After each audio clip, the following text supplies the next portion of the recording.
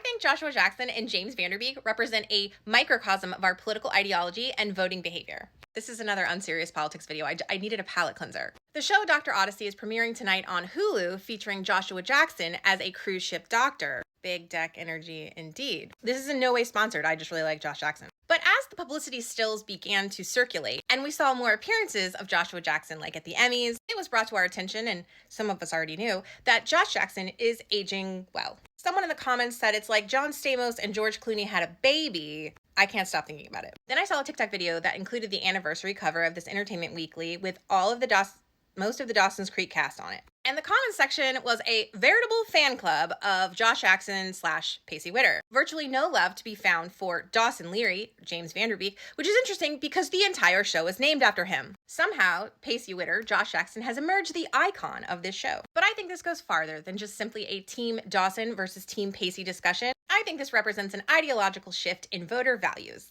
Just follow me on this. There's more pictures of Josh Jackson. Most would agree that Josh Jackson has had a pretty consistent and successful acting career. He's steadily appeared in films and shows since the ending of Dawson's Creek. His ex-wife is a beautiful Black woman who is successful in her own right, very independent, very strong. Now Josh, can I call you Josh? Let's call him Josh.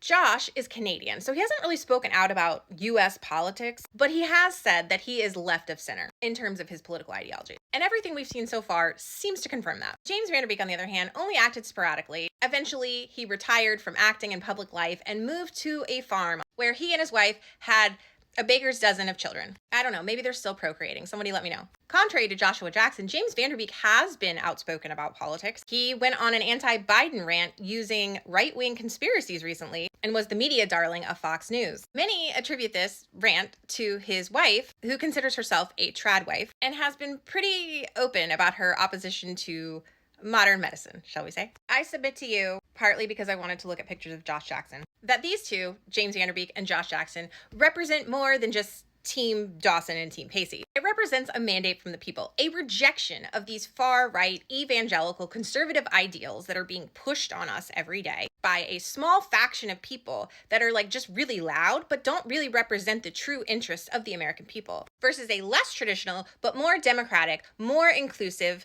more pro-science mindset. That regardless of how the show is framed, regardless of how political events are framed by the media, people will show up and they will pick the hero of the story. Ugh, and thank God for that.